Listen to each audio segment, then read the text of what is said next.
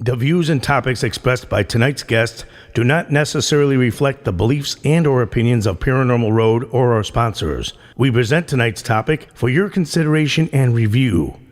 Ultimately, each of us must decide for ourselves what we hold to be true.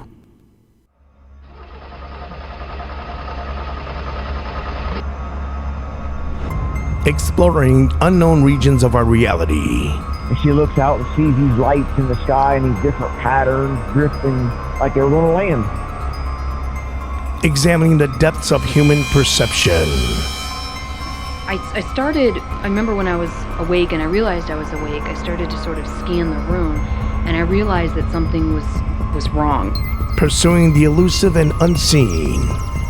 Electronics started acting up, ceased to work, overheated. You have just entered a road of wondrous mystery. And so when we get around this bend in the road and this group of trees, we look up in the sky and there's this craft, and it is huge. A place where sometimes our darkest terrors dwell. I've never seen anything like this, and instantly I could feel the fear. You've just turned on to the Paranormal Road. Paranormal Road.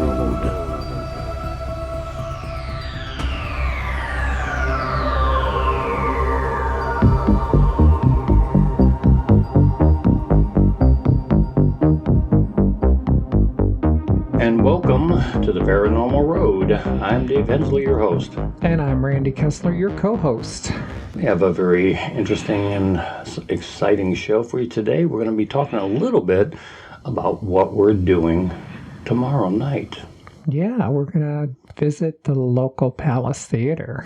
Yeah, after our last interview with those guys here in the studio, we kind of got all excited and to find out that the activity is still high there with tablecloths. So currently as we speak, we went Tuesday, and right now we have 4 infrared cameras set up at the Palace that have been recording static cams since Tuesday.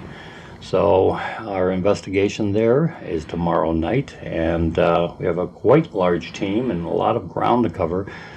It's going to be an all-night investigation, and if we get enough evidence, we will be doing a theatrical release of our findings next October. So stay tuned for more information on that, and let's hope that the spirits are cooperating. Oh yeah, that palace has just always got a lot of activity there. What did you feel when we were setting up the cameras? Did you feel? It's different because today I was talking to Lewis about that I really felt not alone at all in those back hallway areas. Mm-hmm. And it wasn't where they were, like, I don't know what the phrase would be, chomping at the bits to come through. Right. But I'm hoping they do. Did it feel different than the first time? It did feel different. Spirits? It did feel different. So it'll be interesting to see, to compare the two, to see what we get. But we are just so excited about this. And, yeah, it's going to be a long night, but a lot of fun. Yeah, and we always like doing things with the Palace. It's a wonderful place, and you know, just the history there and the history of Lorraine, it just makes it all that much better. And over the years, the staff there is like family to us. It's just, yeah, we're excited. And the kind of our discussion right now kind of ties in with our interview tonight. Where I interviewed, actually pre-recorded interview with Bryce Martin of Michigan Bay Paranormal. So again, another perspective of another team's views on the paranormal.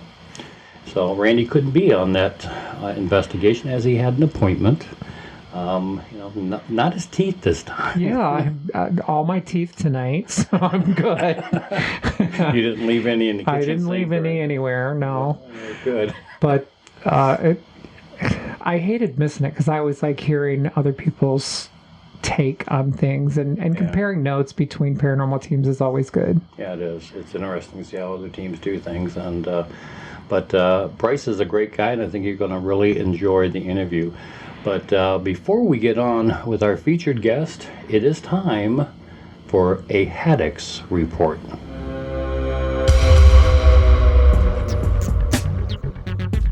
And now, professional UFO investigator on special assignment with Paranormal Road, it's William Haddox with the Haddox Report.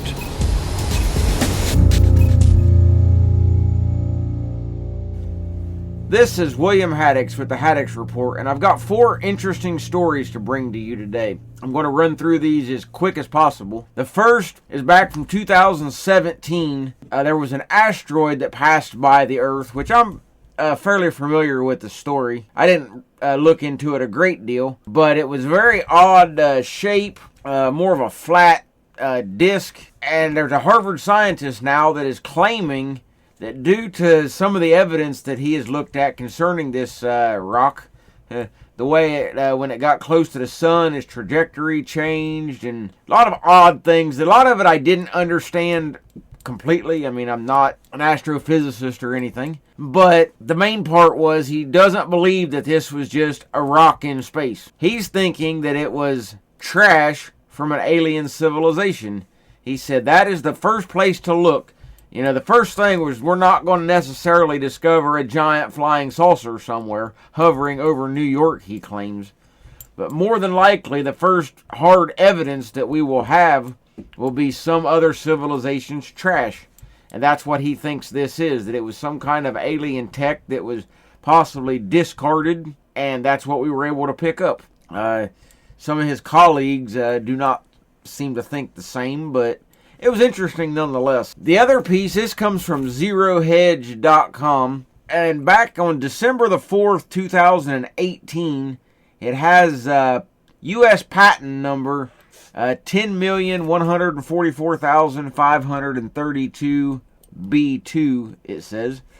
U.S. Navy patent for an EM drive for a triangular craft. And according to the document that I am looking at, it matches up, very close, if not exact, to the triangular craft that a lot of people have reported over the years. That could mean a couple of things. Could it be that what people are seeing is simply naval aircraft being tested?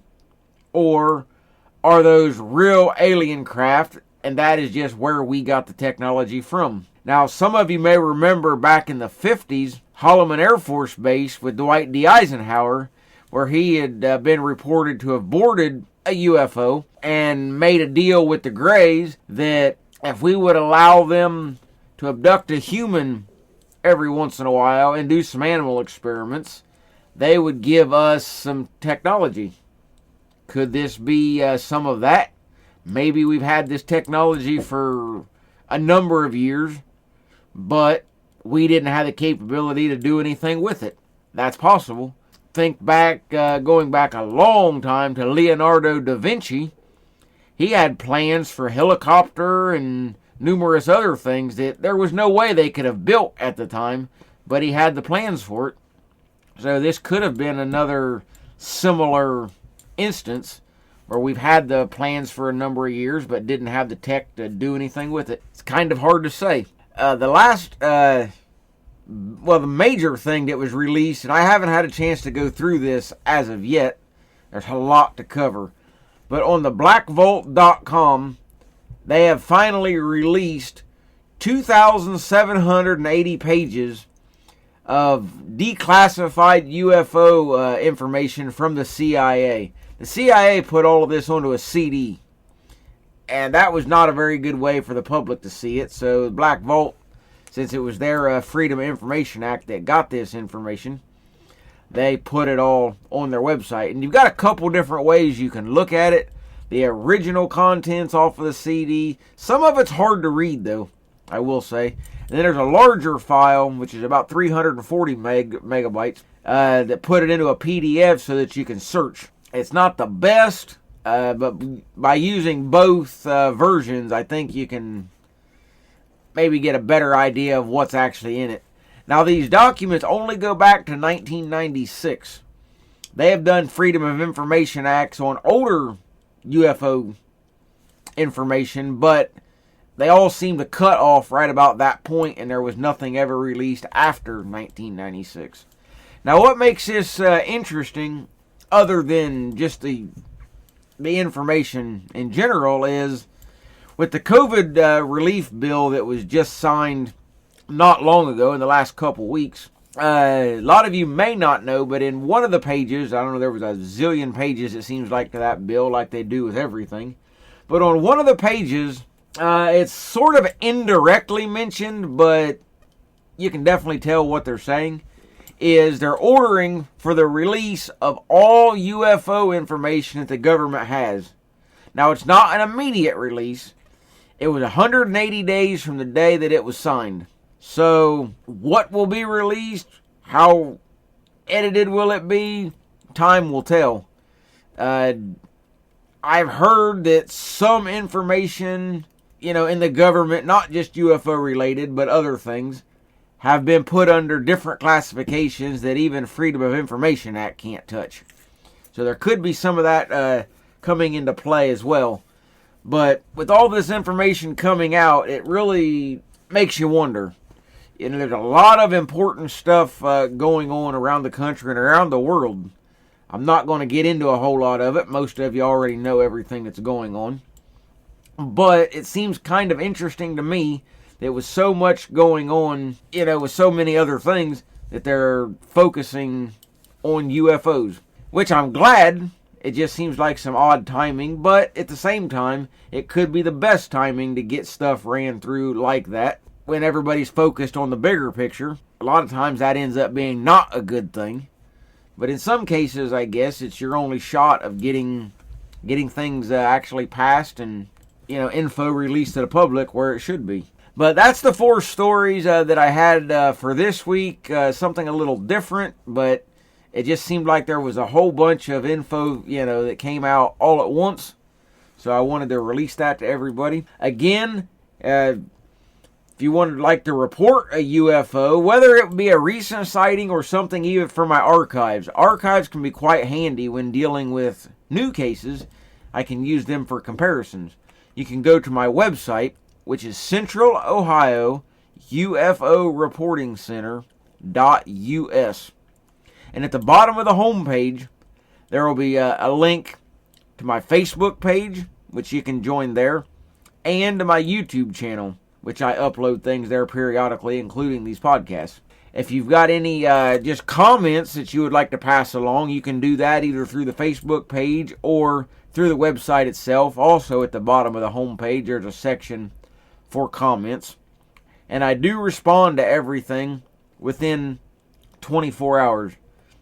Whether it's a report or just simply a comment, I'll at least acknowledge that I received it. I may not have an answer for your report that fast, but I do want you to know that I received it and am actively looking into it. You can also look on Facebook for Paranormal Road, and they can also get in touch with me. But the best way is to just go straight to the website and do it either through a report, if you want to fill out a UFO report, or, like I said, if you want to just leave a comment. Appreciate all the support from everybody that have followed not only Paranormal Road, but have been to my website, have followed on Facebook. 2020 was definitely a crazy year, and 2021 looks like it's not going to disappoint us in any way. So, as always, stay safe and keep looking up.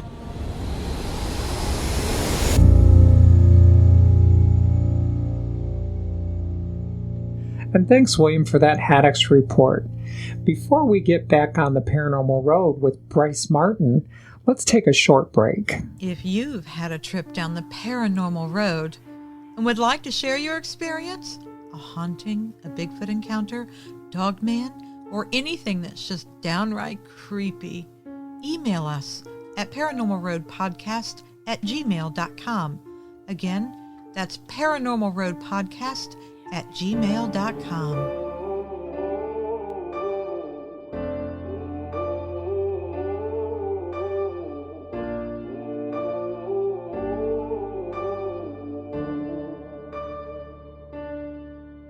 I'm focused. I've been watching for the omens. I've been listening to everything you said. It's been running through my head, locked and loaded. I got the feeling that you know it. Yeah, I've only just begun. I won't stop until it's done, till you're broken.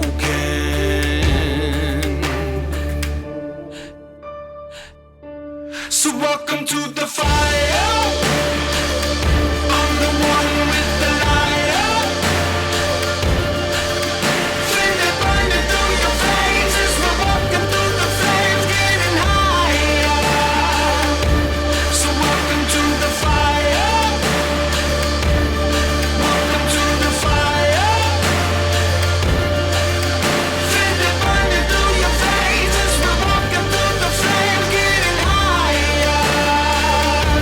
So welcome to the fire. I've been waiting for this moment, the final battle of the chosen. See, I'm never gonna quit, got my legacy set in motion. So welcome to the fire. I'm the one with the lighter. Feel it burning through your veins as we're walking through the flames, getting higher. So welcome to the fire. Welcome to the fire. Feel it burning through your veins as we're walking through the flames, getting higher. Welcome to the fire.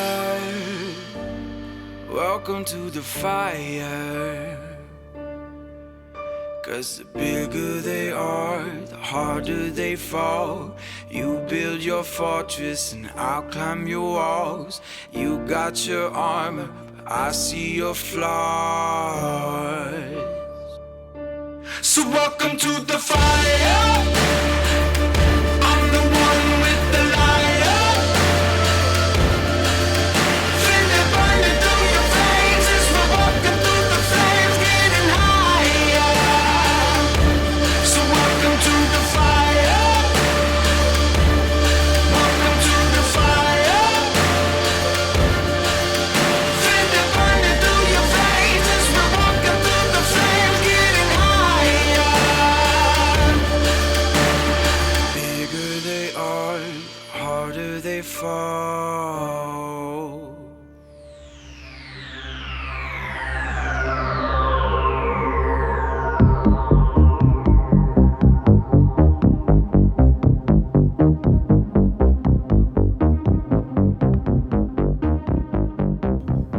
And welcome, Bryce, to the Paranormal Road. How are we doing today? I'm doing fair to Midland, doing great. I'm not sure. A long day at work, the real I job. hear ya. Yeah, the real job. So, but we're really happy to have you on the Paranormal Road because, many of our listeners, especially those that follow us, again, they know that we are EVP mediums. That's how we got into the Paranormal Road and podcasting to talk about all things paranormal, including cryptids, UFOs, or the like. But we really enjoy having other teams or people that are investigators on the show. And with that note, can you tell our audience, listening audience, a little bit about yourself, your team? Where are you located? For those that, again, everybody, we have a worldwide audience, but somebody may need your services. Right. Yeah, absolutely. Again, my name is Bryce Martin. I'm the owner of Michigan Bay Paranormal Team. We are located in mid-Michigan, Bay City area. And I started the team. I don't remember if that was one of the questions, but I started the team back in 2008. I was only 15 at the time, but I had a friend of my mother's was very invested in the paranormal. He was actually a psychology professor. Well, he is a psychology professor actually still, and he was into the paranormal, into parapsychology. So I was always interested in it. And then I had a paranormal experience and I didn't really know what to make of it or what to do with the interest until I saw an episode of a famous TV show. And after that, I started a team and found some people that were interested. Obviously, the faces and names have changed over the years, but we still stick true to who we are. And our mission is we're a scientific-based team to gather evidence for our clients and show it to the world and prove whether or not ghosts exist, because our focus is the ghost hunting part of paranormal. We don't do crypto. We don't do UFO, although if I was offered the opportunity, I definitely wouldn't decline. But Well, our good buddy William Haddox, he's a UFO investigator. I'm sure he would be more than happy to take you under his wing if you ever want to get into the UFO hunting business. Yeah, I would definitely be. I'd definitely be interested in that. But tell us, you mentioned that you had a paranormal experience. What was that? Tell us about it. Yeah, I was camping when I was probably only 11 or 12 years old at a campground, and I walked up to the bathhouse and everything. It was around 1 o'clock in the morning, maybe a little later, maybe a little earlier, but most people were in bed at this time. And I saw what appeared to be a shadow standing under a light post, and the light was out. And this is in July, and in mid-Michigan, it gets very hot and humid in July, but the air got really ice cold. And the figure disappeared all at once. The light turned on and the air turned to normal. And I have actually seen that shadow once since when I went back there to investigate. It actually followed us all the way out of the RV park, which was interesting. Were there other people? Do you know the history of the RV park? Were there other people that have seen this? It's unknown, and I know the RV park doesn't like me talking about it, and that's why I'm not telling you the name of it. Well, that's they're kind of missing the boat. They probably would have a huge amount of people flocking there to want to experience it. I think they already do, and that's their problem. They don't want those people to not want to go there. Sure, the owner isn't named Jason. You know, but yeah, and the lake's Crystal Lake. Actually, how'd you know? Oh, that is no, don't tell me that. But so you started the team in 2008, and over the years, how have you changed? Well, at first, I just saw on TV people running around, screaming, being scared, and stuff like that. So I thought that's how I was supposed to investigate. But as I grew older, I grew wiser, and I started to actually read books and do research on how to actually run this team. And that's when I decided, because I don't have any psychic medium powers. Some of my team members claim to have mild powers, but we don't bank our evidence based on that. We bank our evidence based on our evidence, what we can catch with our cameras, our voice recorders, and our other pieces of equipment. So I decided to go the more scientific route because my wife, who has actually become my partner in crime on the team, she's great. The team would not still exist today without her, honestly. But she is actually a scientist. So she kind of brought the more scientific side, and I was very on board with that. Because as I grew up, that was the direction I wanted to take the team. It seemed more professional, more well put together to do it that way. So that's the way we took the team, and that's how we have done it since. Well, I think, you have to go in with a certain amount of skepticism. And there's a huge difference. We've talked about this on previous shows. There's a huge difference between being a skeptic and a cynic. But you can't go into a location thinking everything that happens is a ghost. And one of the things that drives me nuts with teams, being a team ourselves, one of our first, and this is actually before forming EVP Mediums. This was long ago before honestly, I didn't know anything about paranormal, but we did a field trip at one of my jobs of long ago. Used to work at Cedar Point. Okay. And I took a whole bunch of the office staff, and a woman organized it, and we went down to the Moundsville prison in West Virginia. And watching the paranormal teams, and again, we were not a paranormal team. We just went there for shits and giggles, and we were interested in it, and we were locked down all night. But the amount of paranormal teams that were dressed in solid black, they were wearing the long trench coats, and it was like, are you kidding me? And then everything, and oh, look, and they were motioning for us to come over. We caught an apparition. So I'm like, oh, cool. So we go over there. It's a dust ball. Yeah. Oh, yeah. Of course it was. And so many people with it's an orb, it's spirit. And it's like, no, it's dust. Or no, it's moisture. But. And people and that's the thing. Our team is a pretty skeptical team. We take everything with a grain of salt until we can prove that it isn't anything other than paranormal. And actually, I do have, people have asked me in the past if I really wanted them to join my team or wanted them to investigate with me. And they're like, I don't believe in ghosts at all. And I was like, oh, perfect. You'll fit right in. Come on in. Cause I'm not going to say I don't believe in ghosts because obviously I've had experiences, but right. I take everything with a grain of salt. And even that first experience that got me into it now, I was a 12-year-old kid. Right. I don't know what I really actually witnessed or saw. I could have been sleeping, having a lucid dream for all I know. So right. it's everything has to be, you have to take everything with a grain of salt and, be able to prove first that it's not anything else before you prove it's paranormal. Yeah, and I like that. I mean, you definitely have to, again, keep your wits about you. I mean, but we were talking about orbs. So what is your thoughts on orbs? Excuse me, I hit the mic. Way to go, Dave. I know that we used to staunchly believe that all orbs were nothing more than dust or moisture. However, that being said, from our end, we have captured things that I don't have an explanation for based upon their flight pattern, their luminosity, and certain characteristics. But what do you feel about orbs in general? Okay. So when I was a kid, obviously orbs were the coolest thing ever because I could catch them all the time and they were ghosts. Now, every orb that I have caught up to this point, I've thrown out.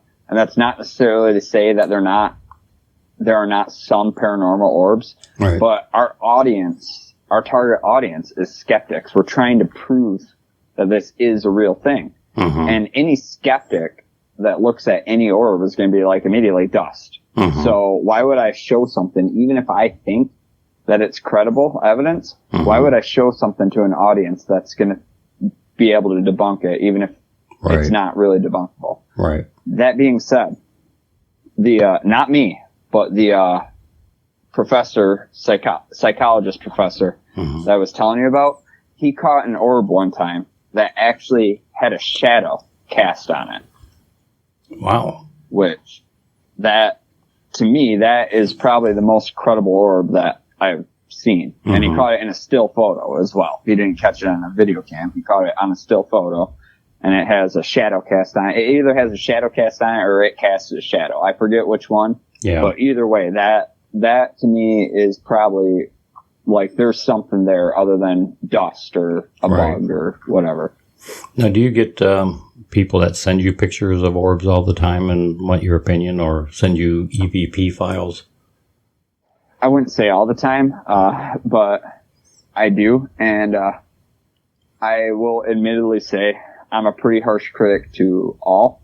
And I'm all inclusive on that. And that might be a problem with me personally, not just my team, but how we don't get as many calls as a team of our stature typically would. But because I am pretty critical on evidence, and I always tell people it's up to you to decide what it is. You were there, I wasn't.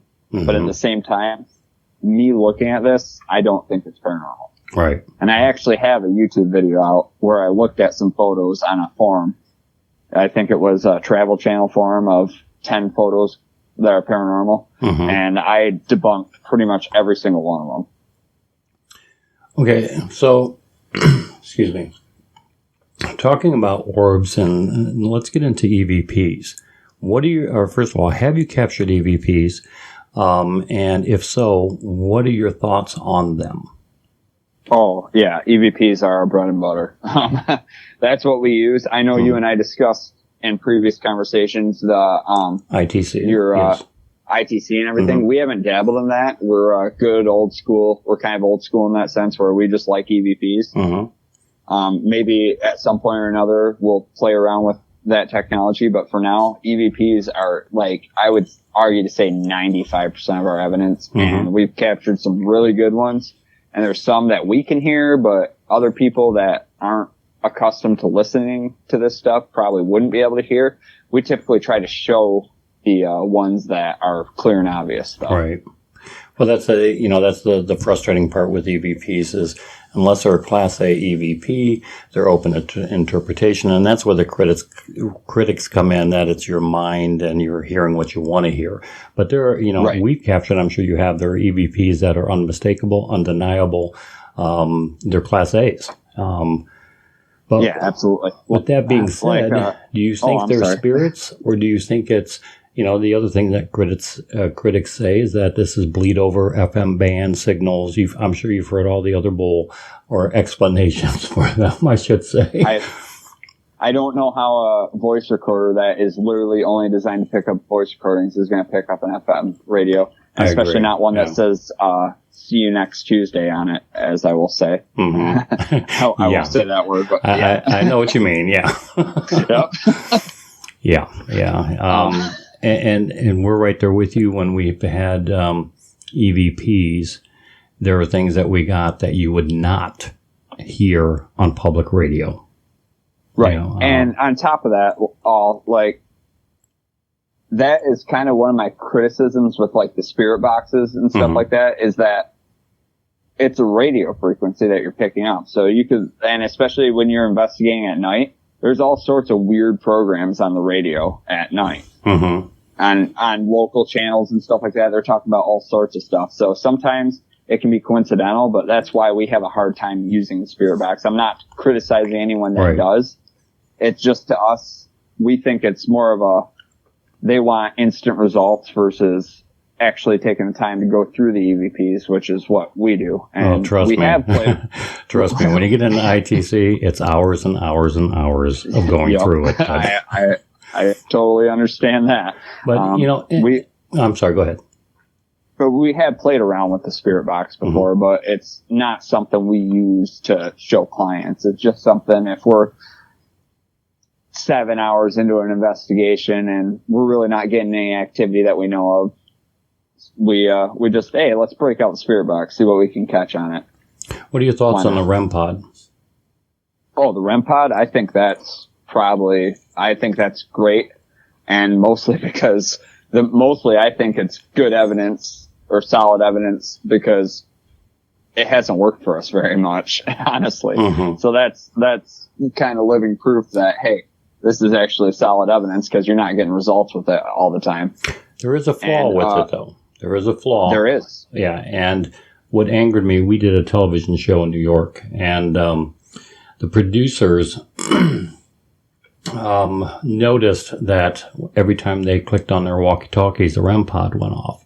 That's what I was just about to tell you. The walkie-talkie will set off the REM pod, and sometimes still will text messages. Yep, I was going to say cell phones will as well. And even a cell phone, people that use EMF detectors, okay? And that's a very important thing to keep in mind to anybody who's thinking about being a paranormal investigator. Put your cell phones in flight mode or airplane mode. Because we usually just leave our cell phones at our base camp. And if we need anything, we can radio base camp, because if that sets off something, we obviously just touch the radio, so we know what it is. There was a paranormal show, and I'll tell you, after our experience with that television, I cannot watch another TV show again. And but I did watch one that came out, a new one, and I kind of liked it, even though I know the trickery that goes on, from the producers. But I kind of liked it for the first two. And then on the third episode, I saw they had a REM pod in the hallway, and it was going off. And it's a guy and girl team. They were pretty good show as far as ratings for a while. But they're in the kitchen, and they're like, look, it's, and they're playing it up, and you got all the music. But what they failed to do is edit out the shadow that was being cast of a producer or a cameraman or somebody. The shadow was very clear on the wall of somebody holding a walkie-talkie. So it that again will 100% of the time set off a REM pod. Yep. So you have to be really careful on that when you present evidence for those that are listening, and those that you want to stage fake. We just gave you the secret, damn it. But we just gave you the secret. Leave it up to me. At it. But I cannot believe we're already 17 minutes in. So we're going to, it's time for the break, and we're going to return and on the Paranormal Road with Bryce Martin.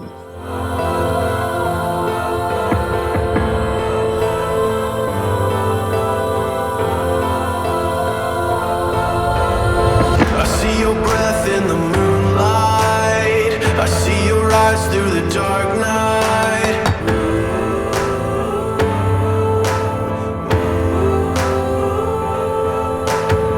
You try to run, but you're too scared. You try to hide, but I'm right there.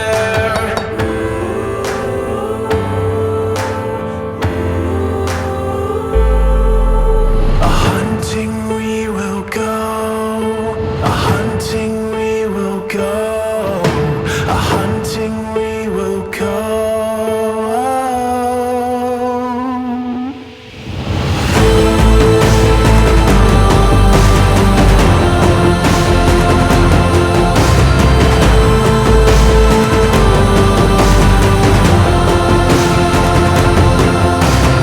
I'll wear you down to your last prayer. Can't shake the feeling in the black hair.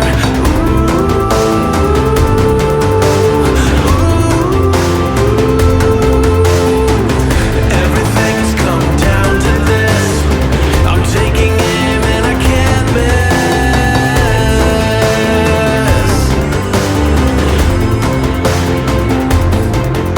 A hunting we will go. A hunting we will go. A hunting we will go. And if you're having trouble trying to sleep at night, it's probably from the arrow I put in your side. You can't run, you can't sleep, you can't hide. We're going hunting. We'll chase you down to nothing. We're going hunting. We're gonna chase you down to nothing. We're gonna chase you down to nothing.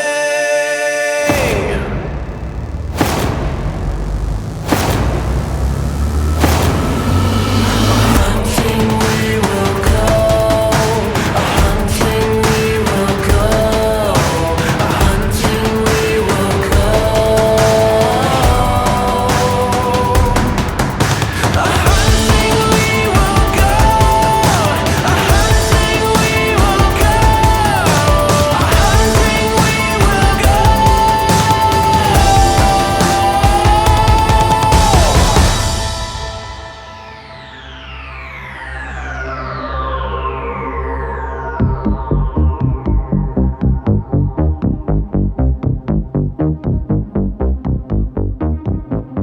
And we are back on the Paranormal Road with Bryce Martin.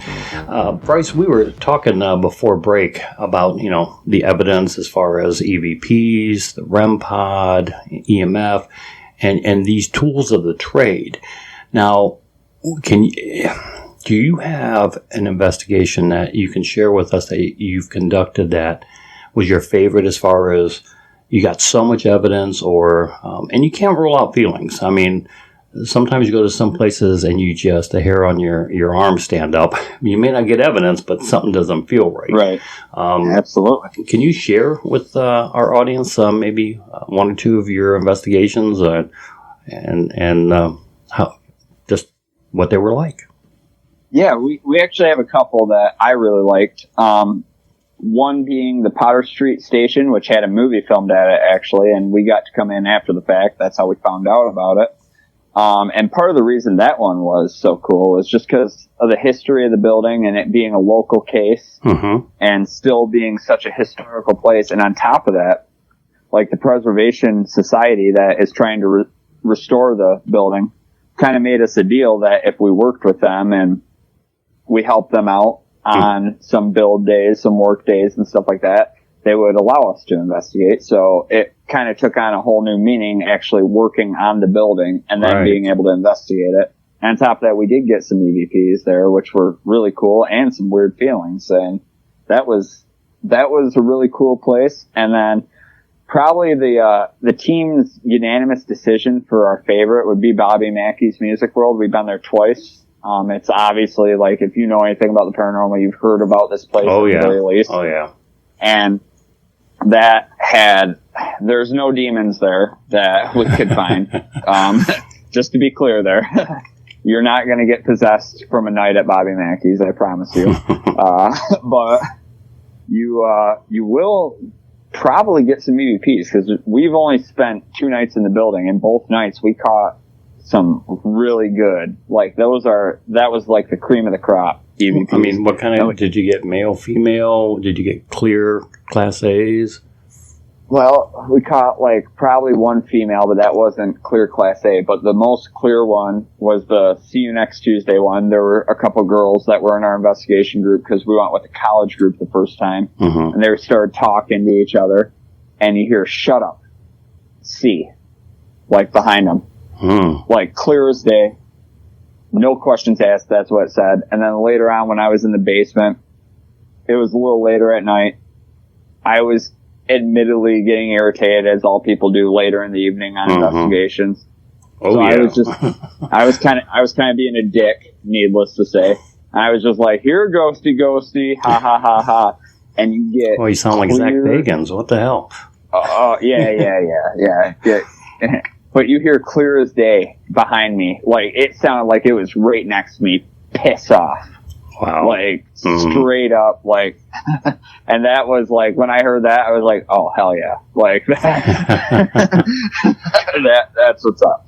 So, yeah, that place, I think unanimously, our team loves going there, because we like to hang out. We went to the nightclub the night before our investigation, just hung out too. That was really fun.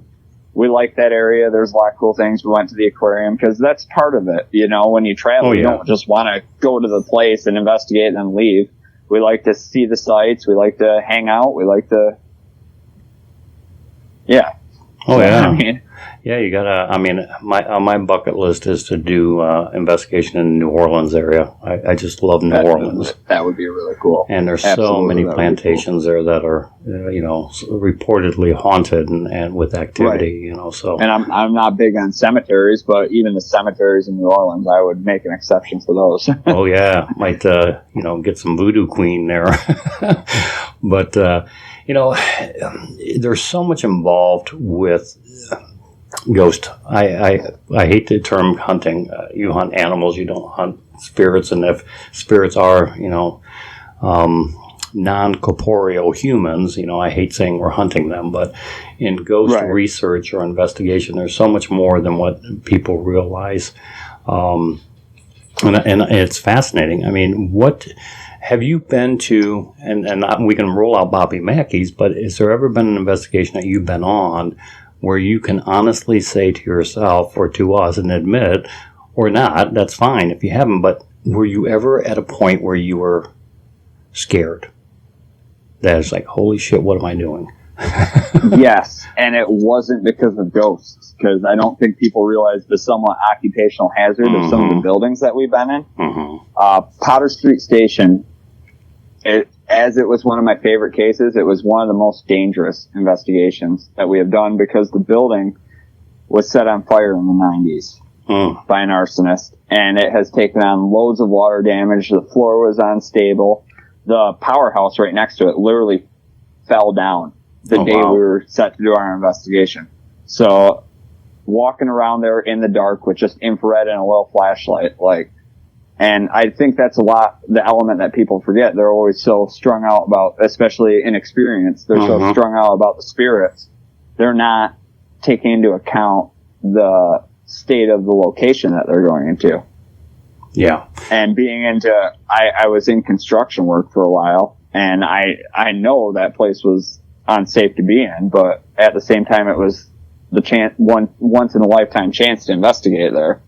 Yeah, so. And you brought up a good point, because there was a paranormal team, I believe it was in Ohio, years ago, that somebody fell down the elevator shaft. The door was open and it was dark, and fell down to his death. And so the hazards that are there, especially in abandoned buildings, are Right. Unbelievable. And then you don't know if you're going to run into some psychopath, homeless person that may be in there.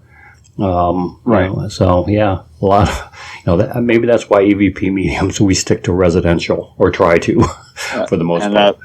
That's fair, and I understand that. Yeah. So, do you help, are you looking that on a residential basis, would you help somebody if they have a haunted home in Michigan? Oh, yeah, and we have on several occasions. We've had several clients that were very happy with our work, and although we don't cleanse houses or anything like that, we just come in there, tell you what's wrong. We found that our investigation and us telling that the entities need to leave them alone sometimes is enough. So if they need help, we have always been there for our clients. Like most other paranormal teams, at least reputable ones, we don't charge a dime, because paranormal teams that do charge you for their services run for the hills. Yeah, they're kind of shit. Yeah, anyways. Exactly. I agree with you 100%.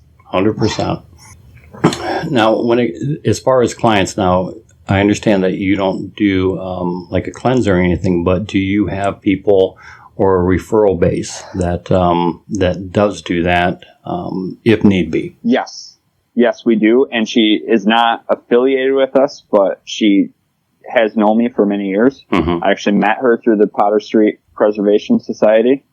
So I've known her for many years. She's great. She's awesome. She does charge. So that, like I said, we don't charge a dime, but that's totally unaffiliated. And a lot of people that do that sort of stuff do charge, just so people know. That's a completely different ballgame from paranormal investigators. Well, a lot of the people, and there's a few that I know that I have such deep respect for, that also do that. They charge because it's actually their livelihood. I mean, it is their main line of work. So, that's totally understandable in my book. But when it comes down to paranormal teams, and you've been at this now since 2008, correct? Yes, sir. Okay. So looking at it from television to personal involvement, what is your biggest beef, or what things of the paranormal investigative community frustrate you, and what are some of the things that you think are positive in this group and in this community?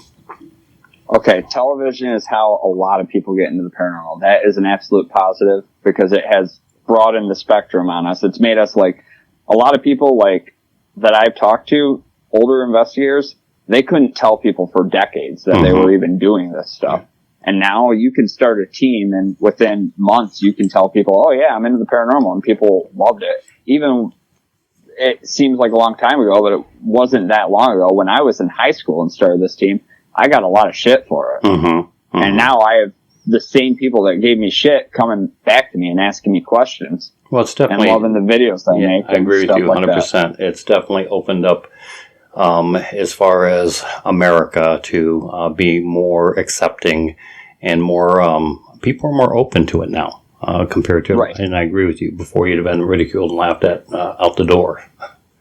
But, and the negatives, as far as the negatives go for TV, I'm not going to necessarily say all shows are fake, because they're not. They're exaggerated, and what you're getting when you watch that half-hour episode is you're getting a half hour of the greatest hits from a week of filming, if not better. Or you're getting entertainment. I mean, we were told that by a producer on the set, and it kind of pissed me off, because they wanted me to say something that was not true. And she said, it has to be television worthy.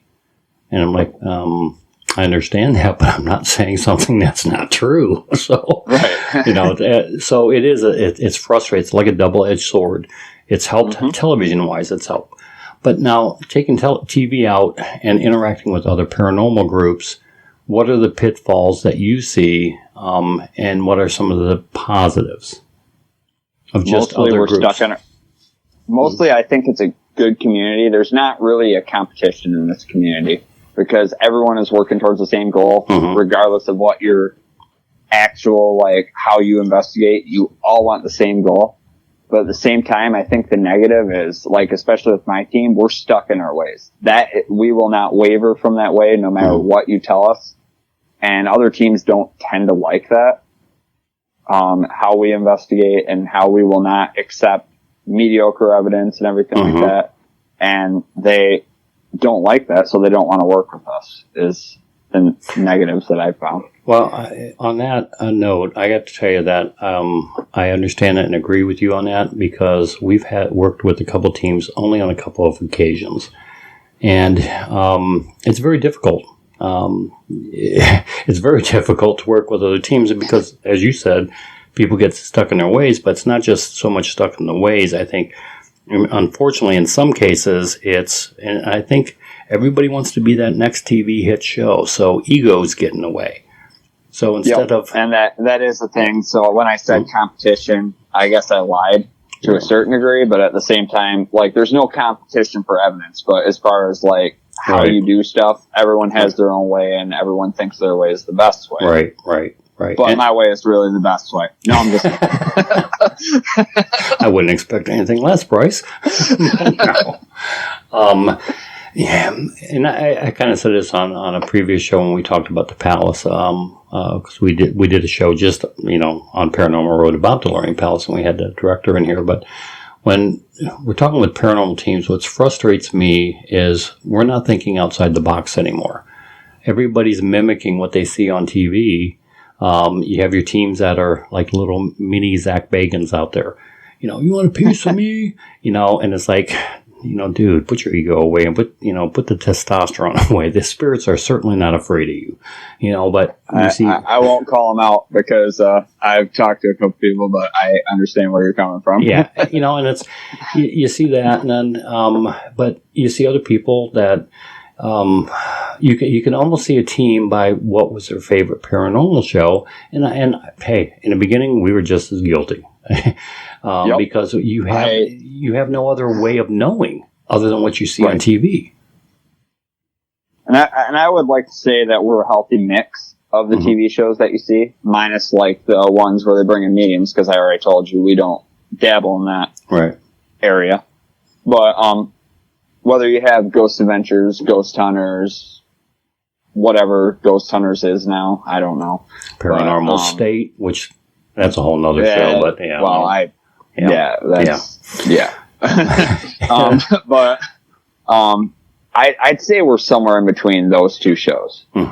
And with our scientific and skepticism, probably even more so than even what Ghost Hunters brought to the table. But at the same time, we come in there and we will taunt, which is, I know a lot of people are against that, but I think in order to be able to investigate a place, you have to explore all options. And if it's a child spirit, obviously we're not going to come in there, you want a fucking piece of me, ghost? No. But we will use taunting as a method. And a lot of the times it doesn't work. And sometimes it does work, especially in the case where you tell a ghost, here, ghosty, ghosty, and it tells you to piss off. Right. On your Facebook page, or because at this point I really want to have our audience understand, especially in Michigan, how they can get a hold of you if they're in need of your services, as far as if their house is haunted or business is haunted.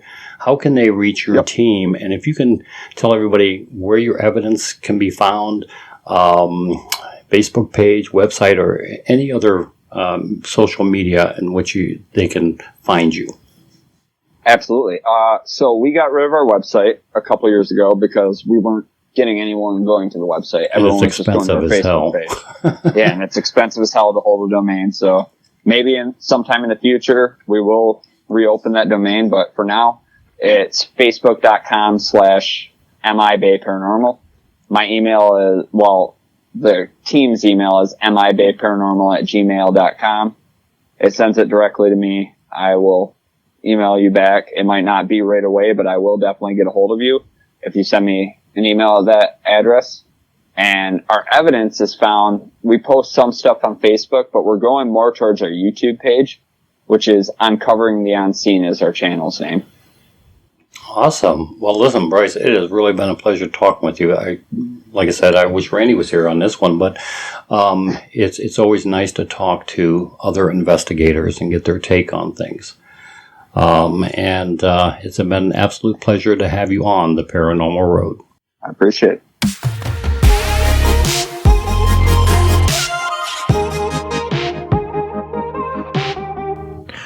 Well, that was a really interesting interview you had with Bryce, David.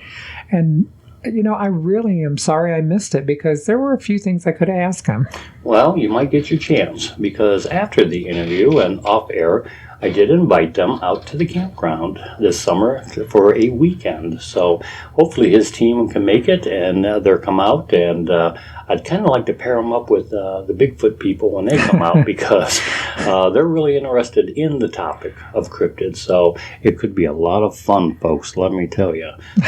Food and drink and wine and paranormal, what could be better? That's it, and Bigfoot. And Bigfoot, yeah. So, Daryl. Maybe Daryl will have a drink with us. We could have a drink with Daryl. Hey, how about that?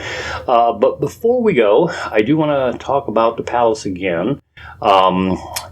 If you're getting this before late tonight, and that would be Friday, we're going to be live broadcasting periodically on our Facebook page. So if you would like to check out, just kind of be on Facebook and watch for those alerts. Make sure you've subscribed to EVP Mediums and Paranormal Road. We'll probably do both of those, but we will do some live updates and sessions about that. So follow us along at the Palace Theater Investigation. And as always, we would like to remind everybody that we would like to hear from everybody. If you have any stories you'd like to share, if there's a topic you want us to try to cover, please contact us at paranormalroadpodcast@gmail.com. And if you'd like to be a guest on the show, if you have some interesting encounters or you have a book that you've recently released and would like to discuss the topic, definitely hit us up. Also, please, please, please share, like, and review. Share this show with your friends on Facebook. Tell everybody about it. And hit that like and subscribe button. And if you get time, it really helps us out if you can do an Apple written review that helps push us up in the ratings. And we would like to say, again, thanks for tuning in to the Paranormal Road. And we hope everyone has a wonderful weekend.